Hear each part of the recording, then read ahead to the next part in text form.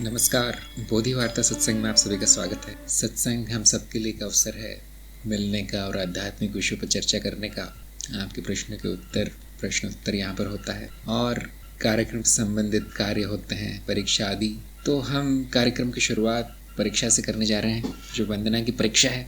तो वंदना से मैं जानना चाहता हूँ कि आप सत्संग में हैं और तैयार हैं? हाँ जी, थोड़ा माइक में बोलिए, थोड़ा माइक का। हाँ, आवाज़ कम है। तो आपको 10 प्रश्न दिए जाएंगे और 50% या अधिक अंक आने पर चरण 4 में भेजा जाएगा। बाकी सब आपको पता ही है। और इस दौरान बाकी लोगों से निवेदन है कि शांति से प्रश्न उत्तर सुनिए, उसके बाद उस पर चर्चा होगी। कोई और उत्तर ना दे और उसके बाद बाकी लोगों के प्रश्न लिए जाएंगे। तो मैं आपको आपके प्रश्न देता हूँ। प्रणाम, ये है आपके क्वेश्चंस, ये आपके प्रश्न है और ध्यान से पढ़िए और ध्यान से उत्तर दीजिए, आराम से, कोई जल्दी नहीं। हाँ, मेरा पहला प्रश्न है, ज्ञान का अधिकारी कौन है? ज्ञान का अधिकारी वह साधक है जिससे पता चल गया है कि उसे ज्ञान प्राप्त करना है। सबसे पहले उसके मन में जिज्ञासा और रुचि उत्पन्न हुई हो कि अगर उसे ज्ञान प्राप्त करना है और उसे क्यों प्राप्त करना है। और सबसे पहले उसे ज्ञान होना चाहिए कि उसमें अज्ञान है, और उसके बाद उसमें मुमुक्षुत्व, वैराग्य, विवेक और ये सब गुण होने चाहिए, तो ही वह ज्ञान का अधिकारी हो सकता है। और ज्ञान के लिए गुरु का होना आवश्यक है। मेरा दूसरा प्रश्न है, पुस्तकों को ज्ञान का साधन क्यों नहीं माना गया है? पुस्तकों से ज्ञान नहीं मिलता है क्योंकि वो ज्ञान हमारे प्रत्यक्ष अनुभव यानी कि अपरोक्ष अनुभव पर आधारित नहीं होता है। और पुस्तकों से हम तर्क वितर्क करके समाधान भी प्राप्त नहीं कर सकते हैं। तो इसलिए पुस्तकों को ज्ञान का साधन नहीं माना जा सकता है। व्यवहारिक ज्ञान के लिए हम पुस्तकों का उपयोग कर सकते हैं और वो हमारे उत्तर जीविता में उपयोगी हो सकता है। लेकिन आध्यात्मिक ज्ञान जो अगर पुस्तकों में भी है, तो भी हम उसकी व्याख्या बिना गुरु के, बिना आत्मज्ञान के नहीं कर सकते हैं। मेरा तीसरा प्रश्न है, सत्य व्यक्तिनिष्ठ है तो ज्ञान मार्ग पर सत्य का एक ही मानदंड क्यों है? ज्ञान मार्ग पर सत्य व्यक्तिनिष्ठ व्यवहारिकता के लिए ही है, और जिसके की अलग अलग मानदंड है। लेकिन जो सत्य परम सत्य है उसके लिए एक ही मानदंड यह है कि वह अपरिवर्तनीय है, क्योंकि अभी तक यह मानदंड कभी भी असत्य सिद्ध नहीं हुआ है। जो भी परिवर्तित है वो असत्य ही सिद्ध होता है। हम भले ही द्वैत के स्तर पर देखें या अद्वैत के स्तर पर, अपने किसी भी अनुभव में गहराई से परख के देखेंगे तो यही एक मानदंड है जो सत्य साबित होता है। मेरा तीसरा प्रश्न है, अहम ही अनुभव करता है, सही या गलत? अहम अनुभव करता नहीं है। अहम अपने आप को अनुभवकर्ता पर स्थित कर सकता है। अनुभवकर्ता अहम हो सकता है लेकिन अहम अनुभवकर्ता नहीं हो सकता है। तो यह वाक्य गलत है कि अहम ही अनुभव करता है, क्योंकि अहम भी एक अनुभव ही है और जो अनुभव है वो अनुभव करता नहीं हो सकता है। पांचवा प्रश्न है, सभी जीवों में एक ही अनुभव करता है, प्रमाण दीजिए। अनुभव करता एक ही है क्योंकि अनुभव अलग अलग हो सकते हैं। अनुभव करता में कोई गुण नहीं है, उसका कोई पदार्थ नहीं है, तो उसके अलग अलग रूप नहीं हो सकते हैं। और जीवों में अनुभवकर्ता नहीं होता है, अनुभवकर्ता में जीवों का अनुभव होता है। इसलिए अनुभवकर्ता सर्वव्यापी है और बाकी सब जो भी अनुभव है वो अनुभवकर्ता में है। छठा प्रश्न है, माया का अनुभव कैसे होता है? माया का अनुभव, अनुभव ही माया है। अनुभव, सभी अनुभव माया में ही है। माया, माया का अनुभव नहीं होता है क्योंकि सभी अनुभव माया में ही है। नहीं गुरुजी, मैं इस प्रश्न में बाद में आ सकती हूँ या मुझे क्रमबद्ध ही उत्तर देना है? नहीं, कभी भी दे सकते हैं, कुछ नहीं। अ, सातवां प्रश्न है, ब्राह्मण द्वारा जीव रूप कैसे लिया जाता है? ब्राह्मण को अपनी अभिव्यक्ति करने की आवश्यकता नहीं है, लेकिन चित्त को चित्त अपने आप को जीव से जोड़कर देखता है। तो मेरे विचार में ये प्रश्न उपयुक्त नहीं है कि ब्राह्मण द्वारा जीव रूप कैसे लिया जाता है। आठवां प्रश्न है गुरुजी, अनियंत्रित चित्त वृत्ति पर कैसे नियंत्रण करें? अ, चित्त वृत्ति स्वयं चलती है, चित्त की प्रक्रिया है। और यदि हम ये ज्ञान जान सकते हैं कि चित्त वृत्ति अनियंत्रित है, तो हम उसके साक्षी हो सकते हैं और चेतना द्वारा उस पर नियंत्रण कर सकते हैं। लेकिन चेतना भी एक अंततः वृत्ति ही है, या ये कह सकते हैं कि हम चित्त की ऊपरी परतों को अधिक सक्रिय करके नीचे की परतों पर नियंत्रण कर सकते हैं। नौवां प्रश्न, कौन सी चित्तावस्था सत्य है? जैसा कि अभी आठवें प्रश्न में पता चला कि कोई भी चित्तावस्था है जो ऊपर से ऊपर की परत की भी अवस्था है, तो वो भी एक वृत्ति ही है और वो स्थायी नहीं है, और जो स्थायी नहीं है वो सत्य नहीं हो सकती। तो इसलिए कोई भी चित्तावस्था सत्य नहीं है। दसवां प्रश्न, क्या नैतिकता के मानदंड स्वयं निर्धारित करके ज्ञानी सामाजिक नियमों से मुक्त हो सकता है? ज्ञानी सामाजिक नियमों से मुक्त नहीं हो सकता, क्योंकि अगर वो समाज में रहता है तो उसे समाज के नियमों के अनुसार ही होना पड़ेगा। लेकिन वह अपनी नैतिकता अपने हिसाब से स्थापित करके उन नियमों से परे जा सकता है, लेकिन उन नियमों को तोड़ नहीं सकता है। अब जो प्रश्न मेरा रह गया है, 6 नंबर, माया का अनुभव कैसे होता है? 2 मिनट दूंगी गुरु जी मैं। इसका उत्तर ये है कि माया, सभी अनुभव माया में ही है। और वैसे तो कोई अनुभव है ही नहीं, क्योंकि अनुभव होते हैं जब परिवर्तन होता है, और परिवर्तन नाद से होता है। नाद में परिवर्तन से अनुभव होते हैं, और नाद शून्यता का नाद होता है। तो शून्यता में क्योंकि कुछ परिवर्तन कभी है ही नहीं, तो वहां पर कुछ हुआ ही नहीं है, तो सभी अनुभव मिथ्या ही है। लेकिन चित्त को अपने विभाजन वृत्ति के लिए, अ, अनुभव को द्वैत में विभाजित करने के लिए, उसे माया का नाम दे दिया जाता है। नहीं गुरुजी, मैं ये प्रश्न का उत्तर नहीं दे पा रही हूँ, माफ कीजिएगा। मेरे उत्तर समाप्त हुए। बहुत बहुत धन्यवाद। आपके उत्तर बहुत अच्छे रहे, बहुत ही आपको अ, अच्छा ज्ञान हो गया है, ऐसा मैं अनुमान लगा सकता हूँ। हाँ, एक दो प्रश्न बहुत टेढ़े थे, घुमाने वाले थे, कोई बात नहीं, लेकिन आपको ज्ञान हुआ है और आपको मिलते 10 में से 7 अंक। तो अ, आप चरण 4 में पहुंच गए हैं। अब सभी प्रयोग शुरू कर दीजिए चरण 4 के। 3 महीने तक आपको रिपोर्ट देनी है हर हफ्ते, और मेरी शुभकामनाएं आपके साथ हैं। आपको सफलता जरूर मिलेगी प्रयोगों में। ज्ञान तो हो ही चुका है, तो आपका कार्यक्रम तो वैसे ही सफल है। कुछ कह रहे थे आप?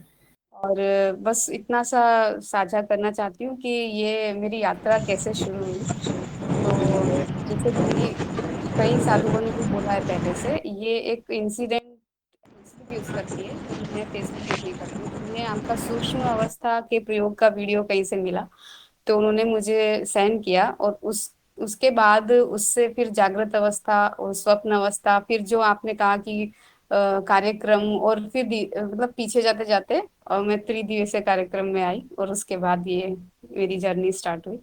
और अभी भी ऐसा मनन का मुझे अभाव लगता है मेरे अंदर। और आज की परीक्षा के लिए विशेष रूप से पवन कुमार जी का आभार मानती हूँ, क्योंकि उनके विस्तृत लेखों ने मुझे दोहरान करने में बहुत सहायता दी। पहले तो सोच रही थी कि आपसे बहुत टाइम मांग लूंगी, कुछ बहाने बना दूंगी, लेकिन फिर पद्मजा जी ने मुझे प्रोत्साहित किया कि नहीं, आप जितनी जल्दी हो सके परीक्षा खत्म कर लीजिए। तो उनका भी बहुत बहुत सहयोग रहा। तो सभी का धन्यवाद। प्रणाम गुरु जी। बहुत अच्छी बात है, बहुत खुशी की बात है। आपकी सफलता की यात्रा जारी रहेगी। तो हम अपनी सत्संग जारी रखते हुए प्रश्नों पर थोड़ी चर्चा कर लेते हैं, जैसा कि हम अक्सर करते ही हैं। और इनके उत्तर तो बहुत अच्छे आए, तो कुछ ही प्रश्न हैं जिस पर चर्चा की जा सकती है। बाकी के उत्तर सही आ गए हैं। पहला और दूसरा प्रश्न उत्तर बिल्कुल सही था।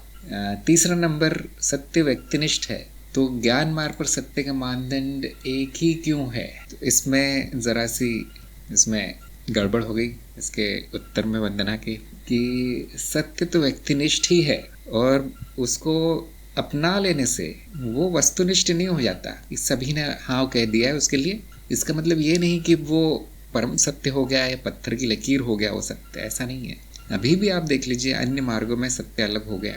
तो सत्य केवल एक अस्त्र है, एक उपकरण है जो कि आपको स्वयं तक पहुंचाता है। ऐसा मैंने कई बार कहा भी है कि शुरू में मैं भी सत्य की खोज में चला था, जो देखा हर किसी का सत्य अलग है तो विश्वास ही उठ गया कि सब तो अलग अलग है, तो फिर इसकी खोज करके क्या फ़ायदा। लेकिन अंत में ये पता चलता है कि खोज सत्य की नहीं, स्वयं की होनी चाहिए। मेरी स्वयं की खोज ये साधक का लक्ष्य है। और ये जो मानदंड हमने तय किया हुआ है ये इतना कठोर है कि स्वयं तक पहुंचा ही देता है। इसीलिए ज्ञान मार्ग में इसको अपना लिया गया है। ये उत्तर होना चाहिए था, कोई बात नहीं, ये उन्होंने जो प्रयास किया वो भी बहुत अच्छा था। उसके बाद प्रश्न नंबर 4 और 5 बिल्कुल सही है, कोई गलती नहीं थी। नंबर 6 माया का अनुभव कैसे होता है, ये इन्होंने प्रयास काफ़ी किया और इन्होंने एक ही बात कही जो काम की थी कि सभी अनुभव माया में होते हैं। लेकिन इसको ऐसे नहीं कहा जाएगा कि सभी अनुभव माया में होते हैं। सीधा उत्तर ये है कि सभी अनुभव माया ही है, अनुभव ही माया है। अनुभव का प्राचीन नाम है, आप मान लीजिए माया है। अब ये प्रश्न पूरी तरह गलत है कि माया का अनुभव कैसे होता है। ये प्रश्न उन लोगों को घुमाने के लिए है जो सोचते हैं माया का अनुभव अलग है और सत्य का अनुभव अलग है। माया अर्थात मिथ्या। वो सोचते हैं ऐसा भी अनुभव होगा जो कि सत्य होगा। तो उन लोगों को उलझन में डालने के लिए प्रश्न है। तो इसमें वंदना भी उलझ गई, बात अलग है, लेकिन उनको एटलीस्ट थोड़ा बहुत इतना तो पता है कि हाँ सभी अनुभव माया ही है, इतना पता है। फिर भी इसमें अंक नहीं मिले उनको, क्योंकि स्पष्ट होना चाहिए ये बात कि कोई अनुभव सत्य नहीं है। अनुभव करता सत्य है, जिसका अनुभव हो नहीं सकता, जो अनुभव करने वाला है उसका अनुभव नहीं हो सकता। तो माया केवल नाम है, वो जो प्रतीत होता है उसका, और अनुभव भी उसी का नाम है, वो जो प्रतीत होता है उसका। अब ये प्रश्न नहीं आना चाहिए कि माया का अनुभव कैसा होता है और सत्य का कैसे होता है और दूसरे तीसरे तरह के अनुभव कैसे होते हैं, ये सब आना ही नहीं चाहिए। तो हाँ कठिन था थोड़ा सा यहाँ का प्रश्न। अगला प्रश्न ये है कि ब्रह्मन द्वारा जीव रूप कैसे लिया जाता है। तो इसका उन्होंने उत्तर तो दिया है लेकिन आधे नंबर मिले। तो ये सत्संग में कोई बता सकता है कैसे लिया जाता है ब्रह्मन द्वारा जीव का रूप? सभी जानते हैं कि मैं ब्रह्म हूँ, लेकिन जीव रूप में हूँ। सभी जानते हैं मिथ्या रूप है, लेकिन क्या कोई जानता है कि कैसे ले लिया उसने, ब्रह्म ने, जो कि संपूर्णता है, वो छोटा सा कैसे हो गया? राकेश ने कहा पहले से ही ब्रह्म है। हाँ, शिवम ने कहा ब्रह्म कोई रूप नहीं लेता। ये बात सच है, थोड़ा उसमें विस्तार बता सकते। नहीं लेता बोल के तो छुट्टी होगी नहीं हमारे ज्ञान मार्ग में। योगेश ने भी कहा रूप नहीं लिया जाता, केवल प्रतीत होता है। हाँ जी, अब इन्होंने इसमें जोड़ दिया है, प्रतीत होता है। हाँ, दीप ज्योति ने कहा है, दीप्त ज्योति ने कि नहीं लिया जाता। महेंद्र ने कहा प्रतीत है। हाँ, शिवम ने कहा मिथ्या रूप प्रकट होता है। हाँ, श्रेय ने कहा कोई प्रक्रिया नहीं है। हाँ, जब वो लेता ही नहीं है रूप तो प्रक्रिया भी नहीं होगी, बात सही है। ब्रह्म में जब भी कैसे, क्यों, कब, कहाँ, ये सब लगा दिया जाए तो आप जानते हैं क्या उत्तर आएगा कि ये चीज़ें लागू नहीं होती वहाँ पे। ये चीज़ें वस्तुओं पे लागू होती जो कि अनुभव मात्र है, आना जाना। उनका थोड़ा बहुत बताया जा सकता है, कैसे, क्यों, कब। ब्रह्म का कुछ नहीं बताया जा सकता, वो केवल है। वंदना ने पूछा है इसलिए उसे सगुण ब्रह्म कहा जाता है। कहते हैं कुछ लोग, हम केवल अनुभव कहते हैं हम निर्गुण को छेड़ते नहीं है, हम कहते निर्गुण ही है। सगुण गुण प्रतीत होते हैं ब्रह्म में, इतना कह देते हैं हम, ताकि उलझन ना हो कि सगुण अलग है एक चीज़, निर्गुण अलग है और मैं पता नहीं क्या हूँ। इस तरह की उलझन ना हो, इसलिए हम सटीकता पर जोर देते हैं थोड़ा सा। कभी कभी बोल देते हैं जब कुछ ऐसी चर्चा वर्चा होती रहती है इधर उधर की, तो ये पुरानी शब्दावली उपयोग कर लेते हैं, लेकिन फिर सबको पता होता है कि हम क्या बोल रहे हैं। तो हाँ, जीव रूप लिया नहीं जाता। जैसे सिनेमा के पर्दे पे चित्र प्रकट होते हैं, वैसे ब्रह्म के पटल पे जीव प्रकट होते हैं, वो जो स्वयं का ही रूप है, लेकिन वो बन नहीं जाता। वो जैसे पर्दा चित्र नहीं बन जाता, केवल साक्षी होता है। मान लीजिए पर्दा ही साक्षी है, तो वो चित्र बनता नहीं है। अपने ऊपर जो उभर रहा है उसका साक्षी रहता है, बनता नहीं है। बनने का अर्थ है कि एक अवस्था से दूसरी अवस्था में बदल जाना, या एक रूप से दूसरे रूप में बदल जाना। तो पहला रूप तो चला गया, दूसरा आ गया, इसको कहते हैं बदलाव या रूप ले लेना। लेकिन ऐसा होता नहीं है ब्रह्म में, बस एक सपना सा प्रतीत हो रहा है स्वयं को। फिर बाकी धारणा आ जाती है कि ब्रह्म ने जीव रूप ले लिया। ध्यान दीजिए, हम ऐसा कहते हैं कि मैं ब्रह्म हूँ, हम ऐसा नहीं कहते कि मैं वो हूँ जो ब्रह्म ने रूप लिया है, ऐसा कभी नहीं कहते। जगविंदर ने कहा अमृति द्वारा ब्रह्म जीव भाव में आता है। हाँ, जहाँ अहम वृत्ति है वहाँ यही विचार आएगा कि मैं जीव हूँ। नैना ने कहा है ब्रह्म में मैं ब्रह्म हूँ का भाव प्रथम आया यहाँ मना। हाँ, ये जो मैं करता रहता है वो भी ब्रह्म का ही मिथ्या रूप है। आजकल मैंने रूप कहना छोड़ के मिथ्या रूप कहना शुरू कर दिया है, ताकि किसी को कोई कल्पना भी नहीं कर पाए कि ब्रह्म रूप ले रहा है कोई। निर्गुण है, निर्गुण। अमित ने कहा जीव ब्रह्म से अलग नहीं, बस प्रतीत मात्र है, सब रूप ब्रह्म के। हाँ, जैसे कि मैंने कहा, रूप के आगे मिथ्या लगा देने से सारी उलझन खत्म हो जाएगी। तो आधे नंबर तो मिल रहे हैं इनको। 8 और 9 बिल्कुल सही उत्तर है। 8वें प्रश्न का जो उत्तर है बहुत ही सराहनीय उत्तर है। इतना स्पष्ट उत्तर बहुत कम लोग दे पाते हैं जब नियंत्रण की बात आती है। तो इन्होंने एक ही बात की जो बहुत अच्छी लगी कि चित्त की ऊपरी परतें ही निचली परतों को नियंत्रित करती है। कोई है नहीं नियंत्रण करने वाला, कोई नहीं है। तो बहुत ही, अगर मैं उसको 2 नंबर दे सकता 2 नंबर देता, लेकिन 1 नंबर मिला है, पूरा नंबर मिला है। नंबर 10 था क्या नैतिकता के मानदंड स्वयं निर्धारित करके ज्ञानी सामाजिक नियमों से मुक्त हो जाता है। तो ये तो ऐसे वाद विवाद का विषय लग रहा है थोड़ा सा। बहुत लोगों ने ऐसा आपत्ति भी की थी कि आप क्यों कहते हैं कि ज्ञानी अपने नियम स्वयं बनाता है, ज्ञानी अपनी नैतिकता स्वयं बनाता है। कुछ लोगों को आपत्ति हुई थी, लेकिन सभी जानते हैं क्यों है ऐसा। लेकिन मैं सबसे पूछना चाहूँगा सत्संग में, क्या हम नैतिकता के मानदंड निर्धारित करते हैं और फिर सामाजिक नियमों की उपेक्षा कर देते हैं? क्या ऐसा होता है? कोई अपने विचार बताना चाहेंगे? यहाँ तो विचार ही हो सकते हैं, यहाँ तो कोई सत्य वाली बात है नहीं। तो मैं ये बता देता हूँ कि वंदना को आधे नंबर मिले इसके, क्योंकि बताया तो उन्होंने अच्छा बताया। थोड़ी और गहराई में जाते तो पूरे नंबर मिल जाते। क्या ज्ञानी को अधिकार मिला हुआ है कि सामाजिक नियमों को तोड़ फोड़ दें और अपने आप को समाज के परे समझे? राकेश का उत्तर आ गया, बिल्कुल सही। उपेक्षा नहीं करते, मगर उनमें उलझने की ज़रूरत नहीं है। हाँ, बिल्कुल सही है। और कोई कुछ कहना चाहेगा? शिवम ने कहा है स्वयं और सामाजिक नियम में सामंजस्य बनाकर चलते हैं। ये भी सही बात है। हाँ, दोनों में झगड़ा नहीं का होने देते वो, समाज में और स्वयं में। प्रज्ञा ने कहा ज्ञानी को समाज नहीं सुधारना। क्या लिखा आपने? पूरा लिखे। लक्ष्मी ने कहा जो आवश्यक है उतना ही करता है। श्रेय ने कहा ज्ञानी समाज के नियमों तोड़कर भी नैतिक कार्य करते हैं। कृष्ण प्रिया ने कहा ज्ञानी ही सही अर्थ नैतिकता कर सकते हैं, बाकी स्वार्थ की नैतिकता करते। हाँ जी, प्रश्न ये नहीं है कि वो क्या करते हैं, प्रश्न ये है कि हम इसमें फिर संतुलन कैसे बनाते हैं। कभी आपको स्वयं के नैतिक नियम का पालन करना है, कभी किसी और के। आप कैसे करते हैं? योगेश ने कहा नैतिकता का मानदंड व्यक्तिनिष्ठ होता है, प्रत्येक व्यक्ति का अलग अलग होता है, पर वह सामाजिक बंधन तोड़ता नहीं और अपने अनुसार चलता है। हाँ जी, आपने भी वही कहा है जो राकेश जी ने कहा है। महेंद्र ने चेतना में रहकर जो आवश्यक है वह होता है। हाँ, उसको ज्ञानी को ज़्यादा मानदंड बनाना नहीं पड़ता। ऐसा नहीं कि उसने एक सूची बना रखी मानदंडों की कि नंबर 1 ये मानदंड, ऐसा कुछ नहीं होता है। अपने आप ही होता है, सही मानदंड अपने आप ही बनता है, जैसे महेंद्र ने कहा। हाँ, प्रज्ञा ने लिखा है समाज को सुधारने प्रयास नहीं करना व्यर्थ है, स्वयं निश्चित करे जो उसके लिए सही है, बंधन कोई नहीं समाज का। हाँ, बिल्कुल सही बात लिखी आपने कि जो सामाजिक नियम है नैतिकता के, वो वैसे ही छोड़ दिए जाते हैं। उनको बदलने का प्रयास नहीं करना है। वो न हमारे हैं न हमने बनाए, और कोई और उनका उपयोग कर रहा है। तो जब भी आवश्यकता पड़े, जब भी आवश्यक है, उन्हीं नियमों पर चलना है। अब समाज में अगर पैर रख देते हैं तो फिर वही नियम लागू है। और जब अपना जीवन जी रहे हैं शांति से, तो आपके नैतिक मानदंड आ जाते हैं। इतना संतुलन रखना चाहिए। अगर आप अपना ही थोपने लगे मैं ज्ञानी हूँ और मेरे ही मानदंड चलेंगे आज से, तो फिर वो जो अज्ञानी और ज्ञानी में कोई अंतर नहीं रह जाएगा। और अगर पूरी तरह समाज को अपना लिया है कि नहीं नहीं मैं तो कुछ नहीं कर सकता, अब जो जो बाकी लोग कहते हैं वही करूँगा, तो वो गुलामी वाला जीवन जीना पड़ेगा, उससे छुट्टी नहीं है, फिर उसी बंधन में पड़े रहेंगे। तो देखिए ये संतुलन होना आवश्यक है, व्यवहारिक प्रश्न है ये, व्यवहार में काम आता है बहुत।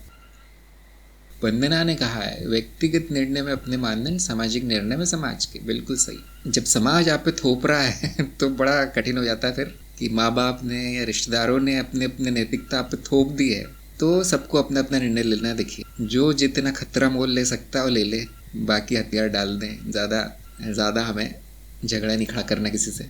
नयना ने कहा है नैतिकता व्यक्तिनिष्ठ पर समाज में रहते ज्ञानी जान लेते हैं कहाँ उलझना है कहाँ नहीं। हाँ ये विवेक आपको अनुभव से ही आएगा। जगविंदर ने कहा है ज्ञानी को पता है वो मुक्त ही है, उस पर कोई बंधन नहीं है, चित्त को हानि ना हो, ऐसे नियम ज्ञानी बना सकते। बहुत सुंदर बात कही जगविंदर ने। अहिंसा को सामने रखकर, चाहे वो स्वयं के लिए हिंसा हो चाहे दूसरों के लिए, कर्म करना है। दीप्त ज्योति ने कहा है ज्ञानी स्वयं को विवेक से समाज और स्वयं की नैतिकता को निभाता है। हाँ विवेक का प्रयोग करना है, लकीर का फकीर नहीं होना है, जैसे कहते हैं ना एक बार बना लिया तो मैं छोड़ूंगा नहीं उस नियम को, ऐसा नहीं, सभी नियम तोड़ने के लिए बनाना है, कभी भी टूट जाते हैं।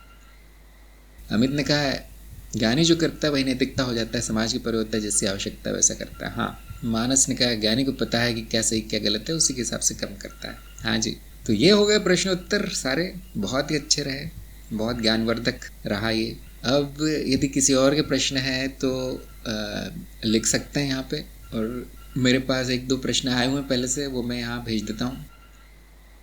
ये वैभव के कुछ प्रश्न आए थे कि अगर किसी को ज्ञान की इच्छा भूख ना हो फिर भी ज्ञान मिल जाए, जैसे कि त्रिदिवसीय ज्ञान, तो क्या वह ज्ञान बीज फलेगा, यह ज्ञान उस व्यक्ति को लाभदायी होगा? बहुत अच्छा प्रश्न है। पहली बात तो उसे ज्ञान की इच्छा नहीं हो तो उसको ज्ञान कैसे मिलेगा?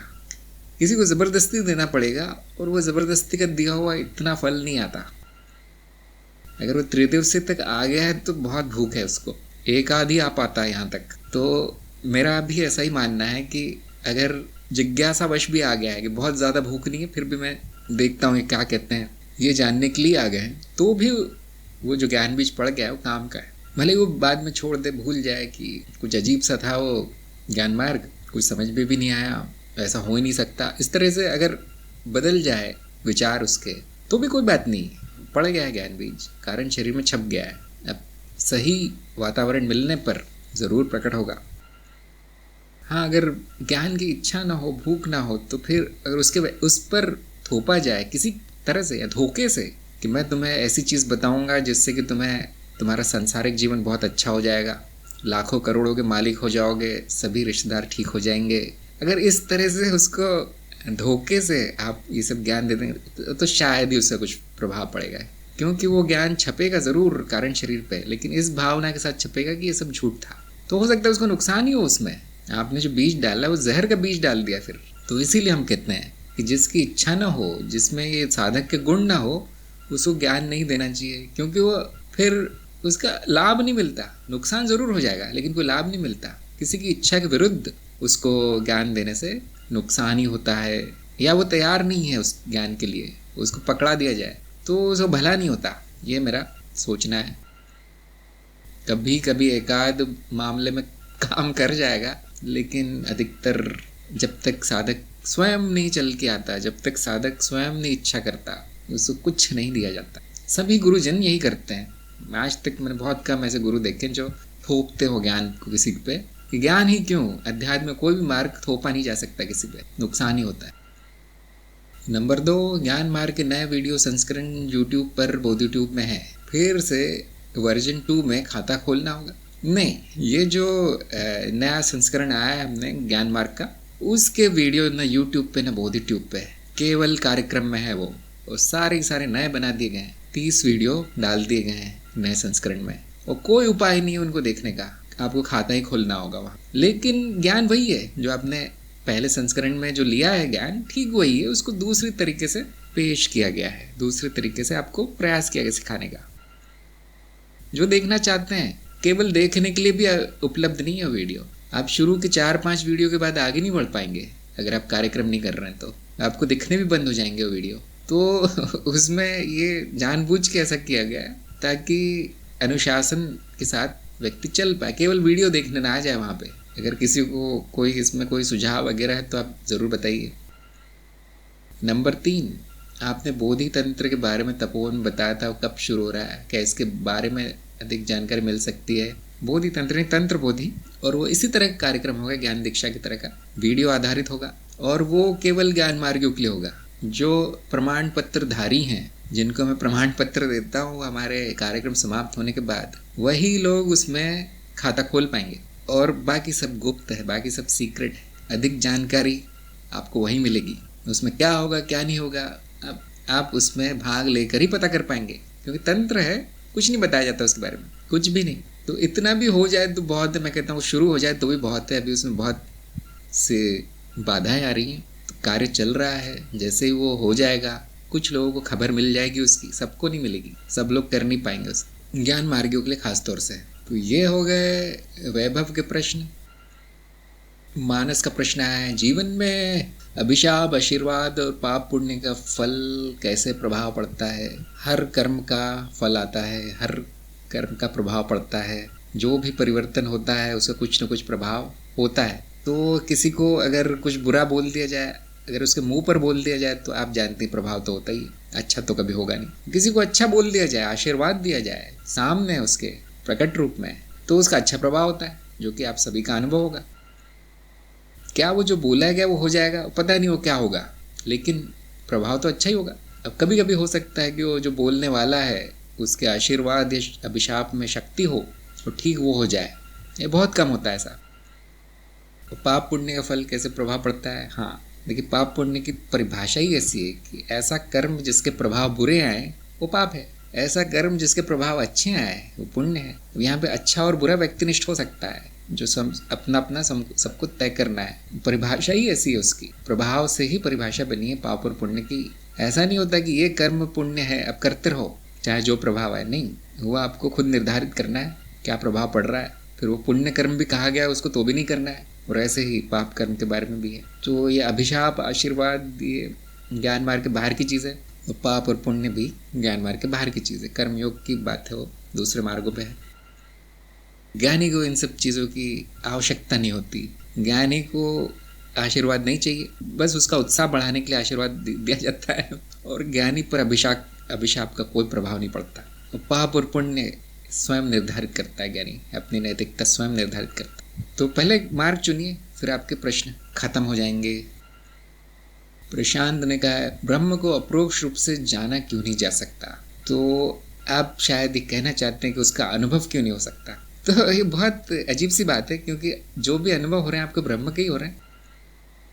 जो भी आप जान रहे हैं वो ब्रह्म तो है, और क्या जान रहे हैं? ब्रह्म अर्थात संपूर्णता, ब्रह्म अर्थात सब कुछ जो अनंत है, जो है वो ब्रह्म है, अस्तित्व होना मात्र, तो वही तो है अप्रोक्ष, और क्या होगा उसके अलावा? क्या ऐसा है कि एक चीज़ है जिसका अप्रोक्ष अनुभव हो रहा है, अप्रोक्ष रूप से जाना जा रहा है, और ब्रह्म बाजू में कहीं छुपा हुआ है, समझ में नहीं आ रहा कहाँ है? क्या ऐसा है?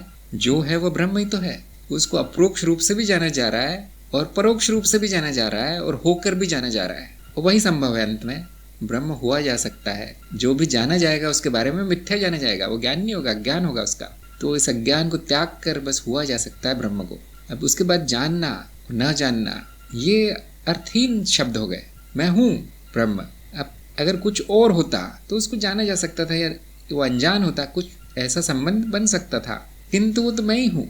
और अगर आप यही कहना चाहते हैं कि हाँ मैं उसे जानना भी चाहता हूँ, मैं हूँ लेकिन जानना, हाँ तो वही तो प्रकट है, और किसी को नहीं जाना जा सकता ब्रह्म के अलावा, क्योंकि और कुछ है ही नहीं। ये एक घुमावदार बात है कि जो भी प्रकट है वो मिथ्या रूप है ब्रह्म का, सत्य रूप नहीं प्रकट है। सत्य रूप अनुभव करता है, तत्व अनुभव करता है, ब्रह्म स्वयं अनुभव करता है, तो वो हुआ जा सकता है। फिर भी उसे ज्ञान होता है, जैसे हम कहते हैं आत्मज्ञान, जो कि केवल अज्ञान का नाश है कि मैं क्या नहीं हूँ, मैंने स्वयं को कुछ और मान लिया था, वो नहीं हूँ, ये आत्मज्ञान है। मेरा ना होना आत्मज्ञान है। तो जो रह जाता है वो तत्व है, वही मैं हूँ, वही ब्रह्म है। इस प्रकार उसको अप्रोक्ष से भी अधिक अप्रोक्ष रूप में जाना जाता है, होकर, न कि देखकर, न कि सुनकर, न वो भाव है, न विचार है, न स्मृति है, न पराभौतिक है, न मान। ऐसा कुछ भी नहीं है, वही है केवल, इसलिए उसमें द्वैत नहीं है। जहाँ जाना गया है वहाँ पर अज्ञान भी है, जहाँ ज्ञान है वहाँ अज्ञान भी है, लेकिन ब्रह्म में तो दोनों है और दोनों भी नहीं है, दोनों ही द्वैत है, दोनों मिथ्या है, ज्ञान और अज्ञान दोनों, फिर भी वही सब ब्रह्म में है। तो अब बुद्धि का प्रयोग नहीं करना है, यहाँ ब्रह्म हो जाइए, इससे अप्रोक्ष कुछ नहीं हो सकता। नंबर 2 उनका प्रश्न है प्रशांत का, स्मृति नहीं तो ज्ञान नहीं, फिर स्मृति कौन देता है? कोई नहीं देता कोई नहीं देने वाला, पहले से है। जैसे हम ब्रह्म की बात कर रहे थे, उसका जो प्रकट रूप है वो नाद रूप है, ब्रह्मनाद, और सभी अनुभव नाद से जनित है। और जो स्थायी हो जाता है नाद, अर्ध स्थायी होता है, उसे हम स्मृति कह देते हैं। स्मृति भी ब्रह्म रूप है, और स्मृति एक तरह के सैद्धांतिक वैज्ञानिक परिकल्पना है, वो पहले से ही है, कौन देगा उसे? हम ऐसा क्यों कहते हैं स्मृति नहीं तो ज्ञान नहीं? क्योंकि कभी कभी वो बदल जाती है, ज्ञान का अज्ञान कर देती है, अज्ञान का ज्ञान, ऐसा होता है। स्मृति आवश्यक है हम कहते हैं, क्योंकि ज्ञान की परिभाषा ही ये है कि स्मृति में जब संबंध बनाए जाते हैं, अनुभव की छाप स्मृति पर पड़ती है और उसके संबंध बनाए जाते हैं, तो उसको ज्ञान कहते हैं। अर्थपूर्ण संबंध, तार्किक संबंध जब बनाए जाते हैं तब स्मृति ही नहीं होगी, तो कहाँ बनेंगे वो संबंध? ऐसा कभी होगा नहीं कि स्मृति नहीं होगी, लेकिन समझाने के लिए कहा जाता है कि देखिए स्मृति आधारित है ज्ञान, स्मृति के कारण ज्ञान है, और इसको संक्षेप में बोल दिया जाता है स्मृति नहीं तो ज्ञान नहीं। संक्षेप में, आटा नहीं तो रोटी नहीं, है ना, ऐसा इसी तरह का वाक्य है, मुझे लगता है समझ में आ गया होगा। अमित ने पूछा, अगर निचली चित्तवृत्ति शक्तिशाली है तो क्या वो ऊपरी वृत्तियों को नियंत्रित कर सकती है? हाँ जरूर, जिसकी लाठी उसकी भैंस, चित्त का नियम है। अगर निचली वृत्ति शक्तिशाली है तो ऊपरी वृत्तियां उसके नियंत्रण में आ जाती है, जो आपने देखा ही होगा, रोज का आपका अनुभव है। जैसे क्रोध, द्वेष, ये सब, घृणा, ये सब निचली वृत्तियां हैं, निचली परतों की, जो कि उत्तरजीविता के लिए बनाई गई हैं। आपकी बुद्धि हर लेती है सारी वृत्तियां, बुद्धि भ्रष्ट कर देती है, भावनाओं को तक दूषित कर देती है वृत्तियां, और चेतना तो बस हवा हो जाती है। ऐसा क्यों है? कोई साधना नहीं की उसने, कोई ज्ञान नहीं है, तो निचला ही जो शक्तिशाली वही नियंत्रित कर रहा है। इसलिए साधना ये बताई गई है कि निचली वृत्तियों पर नियंत्रण ऊपरी परतों को करना चाहिए, तो वो नियंत्रित चलता है। फिर चित्त जो आवश्यक है वो तो होकर रहेगा, किंतु वो बंधन नहीं रहेगा, फिर कि वही करना है, ये बंधन नहीं रहेगा। आपके पास एक स्वतंत्रता रहेगी, क्या चलता है चित्त में, थोड़ा बहुत नियंत्रण आ जाएगा। तो ये बिल्कुल सही है। इसलिए आपको ऊपरी परतों को शक्तिशाली बनाना है। भाव, बुद्धि, चेतना, ये सारी वृत्तियां अब अधिक शक्तिशाली होनी चाहिए। इसी को हम कहते हैं विकास, इसी को हम कहते हैं जीव का विकास, कि निचला अब कमजोर पड़ता जा रहा है, ऊपरी हावी होता जा रहा है। इसी को कहते हैं आगे बढ़ना, विकास होना। वो निचला छूटेगा नहीं, क्योंकि उसकी ज़रूरत पड़ जाती है। मनुष्य रूप में आप जब तक हैं, कुछ ना कुछ आवश्यकता पड़ जाती है, तो उसको रखे रहते हैं, लेकिन उसका उपयोग जब तक आवश्यक ना हो नहीं करते, इतना नियंत्रण आ जाता है। जबकि जो अज्ञानी है, ये संसारी है, वो निचली वृत्तियों के ही वश में है, तो चल रहा है बस मशीन की तरह, क्योंकि वही शक्तिशाली है। हाँ, वंदना ने उदाहरण दिया, भूखे भजन ना हो गोपाल, बिल्कुल सही। इसलिए हम सत्संग करते हैं तो भोजन बहुत अच्छा रखते। सर्वज्ञ ने कहा, मुझे चरण 4 में आज 3 महीने का समय पूर्ण हो गया है, और इसका ये प्रभाव है कि अधिकतर समय चेतना के प्रकाश में सभी चित्तवृत्ति स्पष्ट होती है। तो बहुत अच्छी बात है, आपने 3 महीने पूरे कर लिए। रिपोर्ट आपने ज़्यादा दी नहीं है, कोई बात नहीं, अब आत्ममूल्यांकन करके मुझे भेज दीजिए। सर्वज्ञ को बता रहा हूँ मैं, चरण 5 में जाके आत्ममूल्यांकन करके भेज दीजिए मुझे। वंदना ने पूछा है, क्या हम कह सकते हैं कि स्मृति नाद जितनी ही मूलभूत है? नहीं, नाद मूलभूत है। जब वो नाद स्थायित्व का रूप लेने लगता है, प्रतीत होने लगता है कि स्थायी है, तो स्मृति कह दिया जाता है उसे। वो इस पर भी निर्भर है कि हम क्या, क्योंकि स्मृति के बिना नाद देखा भी नहीं जाता कभी, क्योंकि स्मृति नहीं होगी तो फिर ज्ञान क्या होगा, किसको होगा? तो हमेशा स्मृति ही देखी जाती है। कुछ लोग कहेंगे हाँ मूलभूत है, किंतु हमने इस तरह की व्यवस्था कर रखी है, परिकल्पना है कि नाद को मूलभूत माना गया है। जो विज्ञान हमने बताया है उसमें नाद को मूलभूत माना गया है। स्मृति की उत्पत्ति नाद से बताई गई है। तो कभी कभी समझाने के लिए या सरल करने के लिए विषय को बोल सकते हैं, और बोला भी गया एक दो जगह, मुझे लगता है ऐसा।